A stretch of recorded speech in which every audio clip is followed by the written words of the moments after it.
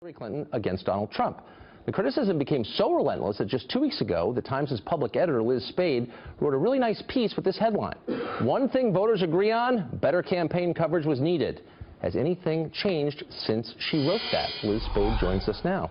Liz, thanks a lot for coming on. And I thought it was a really honest and fair piece. Good for you. Good, thank you. I want to give our viewers who maybe don't read your paper a sense of what some of your readers were talking about in expressing their outrage to you. Okay. So here is Thursday, November 10th, Wall Street Journal. This was the first print edition after the election. You can see the headline, A New Political Order, and there are a bunch of kind of analysis pieces. What does this mean? Here's the Times. Here's your paper's first print edition after Trump's election. Democrats, students, and foreign allies face the reality of a Trump presidency. Now, if you substituted Trump presidency with, I don't know, terminal cancer diagnosis, it would not change the meaning of this. I mean, that's advocacy, isn't it?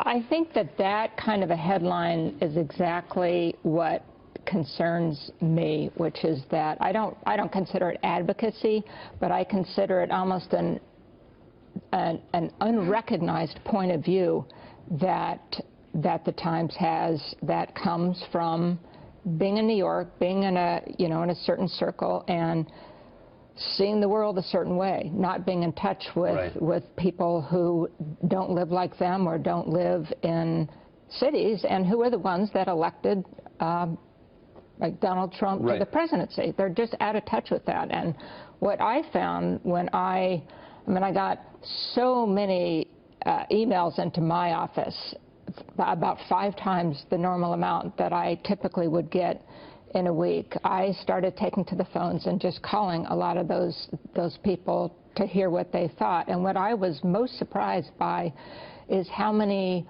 liberal readers who I called who were angry at the New York Times. Because it was unfair. So your piece came out, and I was heartened as a lifetime reader of the New York Times. I thought, boy, someone's being kind of honest about this. There's no ideological diversity, so they're off the rails, and they should know, and you pointed it out.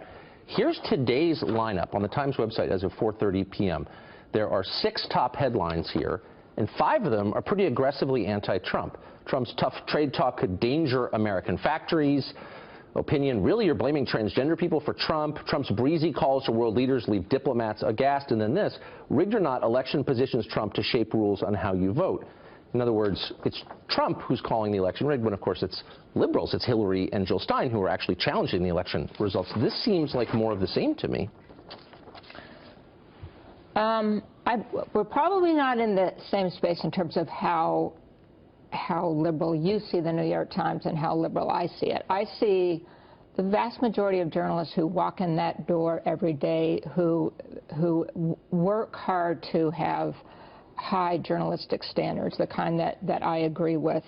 But I do agree with you that especially when it comes to political coverage, that the guns can get pointed too much in one direction. Right. I mean, in fairness to the Times, I would say I get as many letters on Hillary Clinton's emails, and why does the New York Times cover that so much? Why are they so relentless about it? And, so I do think that they're honest. No, the Upper West Side is upset about that. There's no question. Yeah. Now, when you say that the journalists who walk in the front door of the Times building are doing their best to be fair, I would believe you, except I know for a fact that's not true because I read their Twitter feeds, and I want to give you some examples. Now, these are not opinion columnists. These are not Gail Collins's Twitter feeds. These are Michael Barbero, for example, who's a straightforward news reporter. Here's one.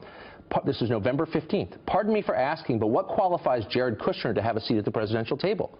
Huh. There's Eric Lipton, another reporter. White House's QVC. It has started. Here's Peter Baker.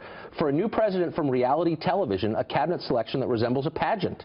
Liam Stack, and I'm quoting now, the Electoral College was meant to stop men like Trump from taking office. Are you kidding? These are news reporters saying this stuff? Yeah, I think it's outrageous. I think that should not be. They shouldn't be tweeted, and they shouldn't. And it does concern me that'd be. I mean, everybody's going to have their personal political views. We all do, but they ought to be personal. And if you sign up to be a journalist, then that's what you ought to be. So, when I say that I think the majority do walk in the door, there's hundreds and hundreds of reporters at the New York Times. But these are the ones who are covering politics. These are the famous ones. Yeah. And here are ones that particularly bothered me. because they suggest not just the personal politics on the part of the reporter, but what they believe the mission of the Times is. This is from Michael Barbaro, November 9th. This is Election Day. Quote, "We had fearless journalism throughout 2016.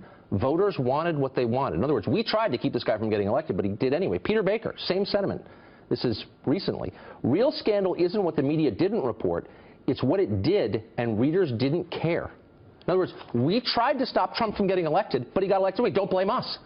That suggests they don't understand the mission of a newspaper, which is to bring you the news, not to affect the outcome of a political race. Yeah, I think there's a lot of angst and concern at big media organizations about whether we're going to get blamed by the left, by the half of America that did not vote for Trump, for putting Trump in office. And so I do think that you see a lot of that sentiment out there. Yes, but is there as much concern about non-left readers like me? No, I don't think there is. Here's my honest, and you're not responsible for this, I don't mean to bark at you about it, but where are the editors here? I mean, if I was the New York Times and my editors were tweeting crap like that, I would say, you stop that right now or I'm firing you. Why don't they do that? I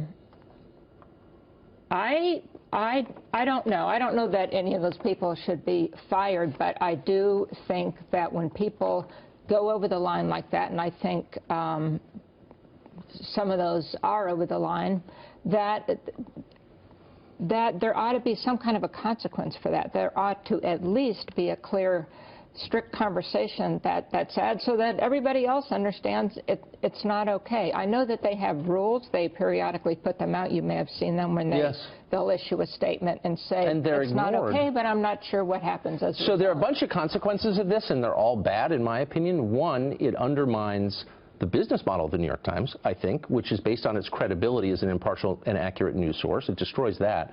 But it also empowers the alternative media that everyone in your world is so upset about. They say, well, people are getting their news from these non-legitimate sites. And there's some truth in that, by the way.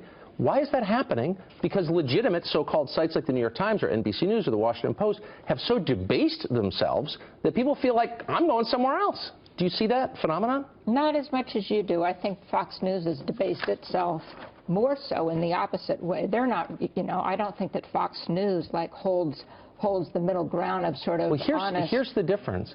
On this show, which is the one thing I can speak for, I'm totally upfront about my opinions. Oh, sure. No, I never pretend that I think anything. Well, I think our news is kind of above. I'm not getting in the position of defending a company. I can only defend my show. I think Fox News is fair.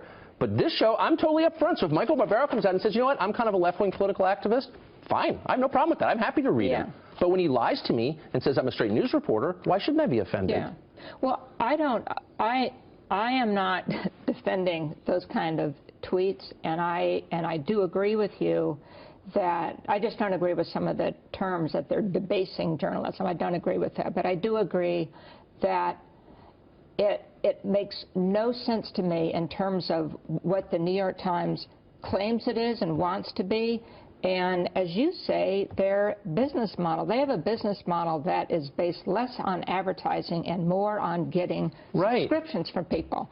And why would you cut off half of America and make them feel like this is not their New York Times? But also there's a high-handedness. When they start lecturing me about fake news, you guys have been on this obsessive jihad against fake news, I'm thinking, well, I kind of believe that Iraq had massive stockpiles of weapons of mass destruction because I read it in the New York Times.